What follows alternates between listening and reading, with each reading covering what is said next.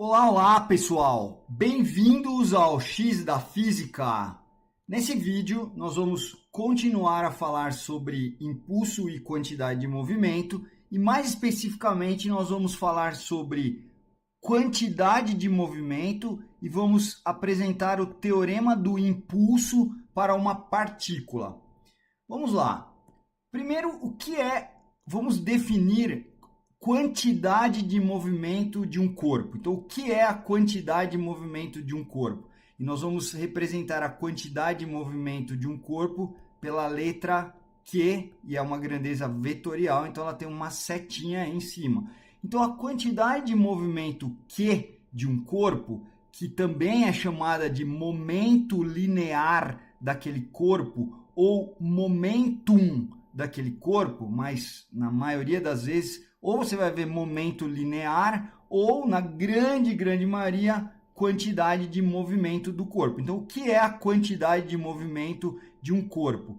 Ela é simplesmente o produto da massa daquele corpo pela velocidade daquele corpo. Então, veja que, de novo, nesse caso, nós temos uma equação do tipo A igual a lambda vezes B. É uma equação vetorial onde eu estou multiplicando um vetor por um escalar, onde A e B, nesse caso, tem sempre a mesma direção, tem o mesmo sentido se o lambda é positivo e sentido oposto se o lambda é negativo, e módulo é a magnitude de A, é o valor absoluto de lambda, vezes a magnitude de B, que eu posso escrever ou assim, ou, se não for dar confusão, eu posso escrever assim.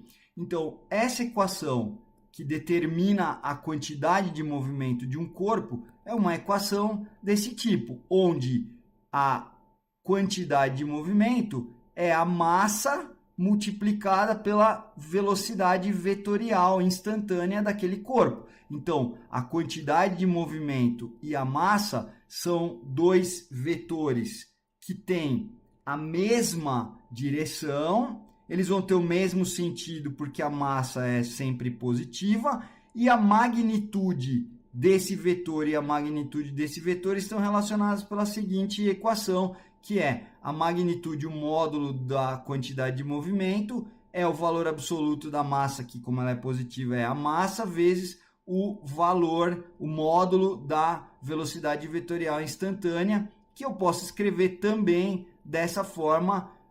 O módulo da quantidade de movimento é mv, onde o módulo da velocidade vetorial instantânea, você se lembra, é o módulo da velocidade escalar. E olhando no desenho, eu posso ver que se a velocidade é representada por esse vetor, a quantidade de movimento é um vetor que, obviamente, tem a mesma direção, então eles são paralelos, tem o mesmo sentido, apontam para o mesmo lado, e a magnitude é dada por essa expressão. E com relação às unidades, no sistema internacional, a unidade de quantidade de movimento, veja, massa é quilogramas no sistema internacional e velocidade metros por segundo. Então, a unidade de quantidade de movimento no sistema internacional é quilograma vezes metro por segundo.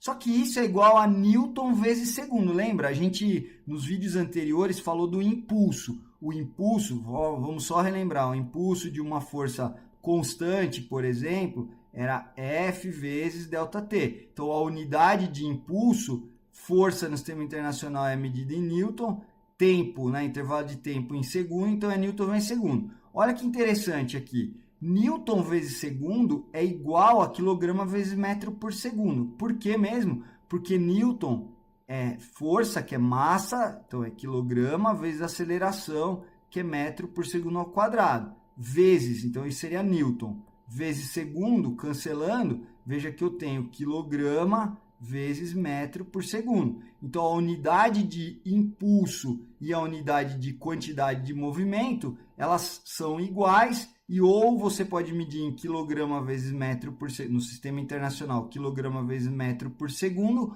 ou Newton vezes segundo. E por que essas coisas têm a mesma unidade? Será que elas estão relacionadas? Veja que a gente começou o capítulo, né, falando essa sessão, falando de impulso e quantidade de movimento. Então, é claro que essas duas coisas estão relacionadas. Nos primeiros 2 vídeos dessa sessão, a gente falou sobre impulso e agora a gente definiu quantidade de movimento. E qual que é o nosso próximo passo agora que a gente definiu quantidade de movimento e aqui a gente sabe o que é impulso? A gente vai falar do teorema do impulso para uma partícula. Então, como é que é o teorema do impulso para uma partícula? Vamos imaginar inicialmente que eu tenho um corpo que no instante ti, ele tem uma velocidade vetorial v índice ti, que é a velocidade inicial, às vezes a gente vai representar só assim para facilitar, vi ou vti, né? E nesse instante inicial, imagina que tem uma força resultante lá, Rti, atuando nele. E ao longo do tempo, no instante t qualquer, a velocidade dele mudou, né? Então, ao longo do tempo, a velocidade vai mudando, a velocidade vetorial instantânea é v de t, e a força resultante que atua nele naquele instante é r de t, e aí, ao longo do tempo, quando chegar no instante, por exemplo, que a gente vai chamar de tf, a velocidade vetorial instantânea vai ser v de tf, e a força resultante naquele instante é r de tf, ou v de tf aqui, ou vf, tanto faz. Bom, então antes da gente definir o teorema do impulso, vamos ver algumas coisas que vão aparecer lá no teorema do impulso, né? Então, em primeiro lugar, essa é a situação sobre a qual nós estamos falando. Então, tem uma partícula que está se deslocando ao longo do tempo, sob a ação de uma força resultante que vai mudando ao longo do tempo, a velocidade muda ao longo do tempo, tudo muda ao longo do tempo, e eu quero falar do teorema do impulso para essa partícula. Então, a primeira coisa que vai aparecer no teorema do impulso é a resultante das forças que atuam na partícula. A gente já viu isso em outras aulas, outros vídeos. A força resultante nada mais é, num determinado instante de tempo, nada mais é do que a soma vetorial de todas as forças que estão atuando naquele corpo, naquele instante de tempo t. Então, se eu tenho peso, anormal, força elástica, elétrica, tanto faz, o que você quiser, tração, atrito, não importa.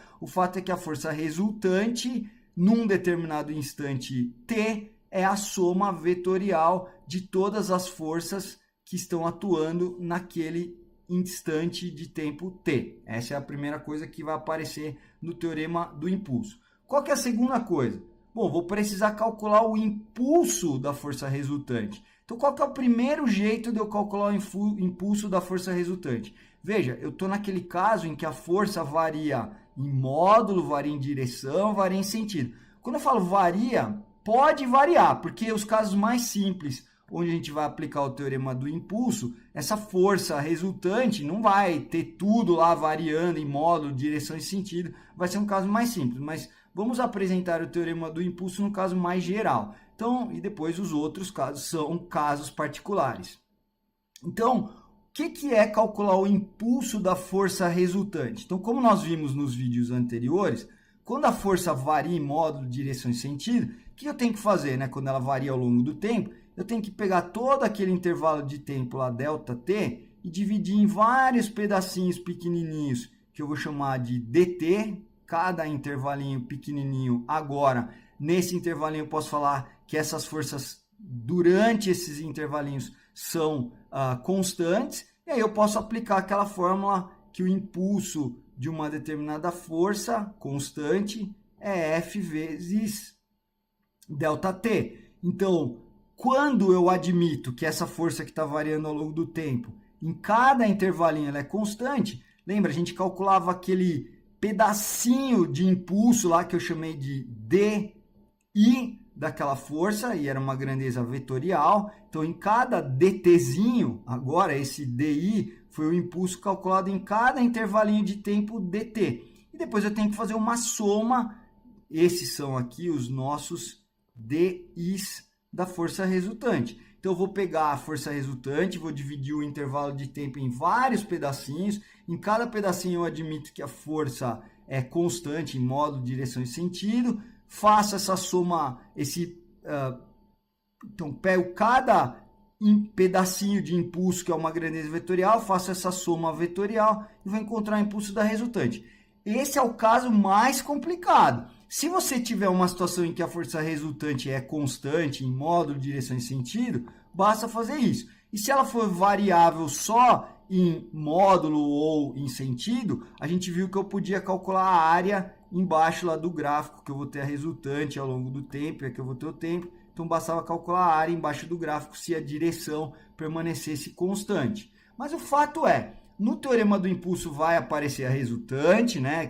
Como que vai aparecer a resultante? Por meio do impulso da força resultante, e o impulso da força resultante nós vamos calcular dessa forma que eu falei, usando o que nós vimos no primeiro vídeo dessa série ou no segundo vídeo dessa série. Pois bem, quem mais vai aparecer? Eu também posso trocar, se eu não quiser calcular o impulso da resultante como primeiro calculo a resultante e depois calculo o impulso, eu posso fazer um pouquinho diferente. Eu posso pegar cada uma das forças, calcular o impulso de cada uma delas, e aí eu vou ter o impulso, que é uma grandeza vetorial sempre, de cada uma das forças F, F1, F2, F3, todo mundo, Fn.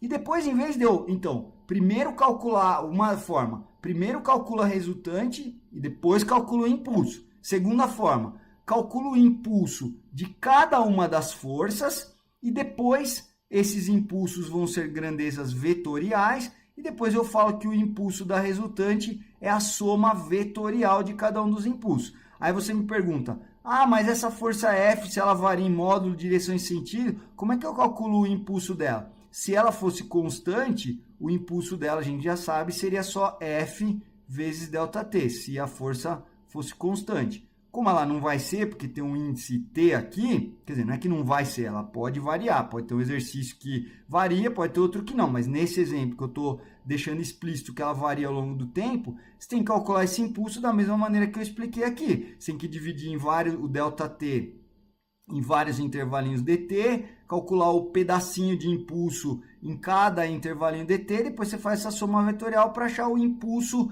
total daquela força. E depois, quando você tiver o impulso de cada uma das forças, você soma vetorialmente para achar o impulso da resultante.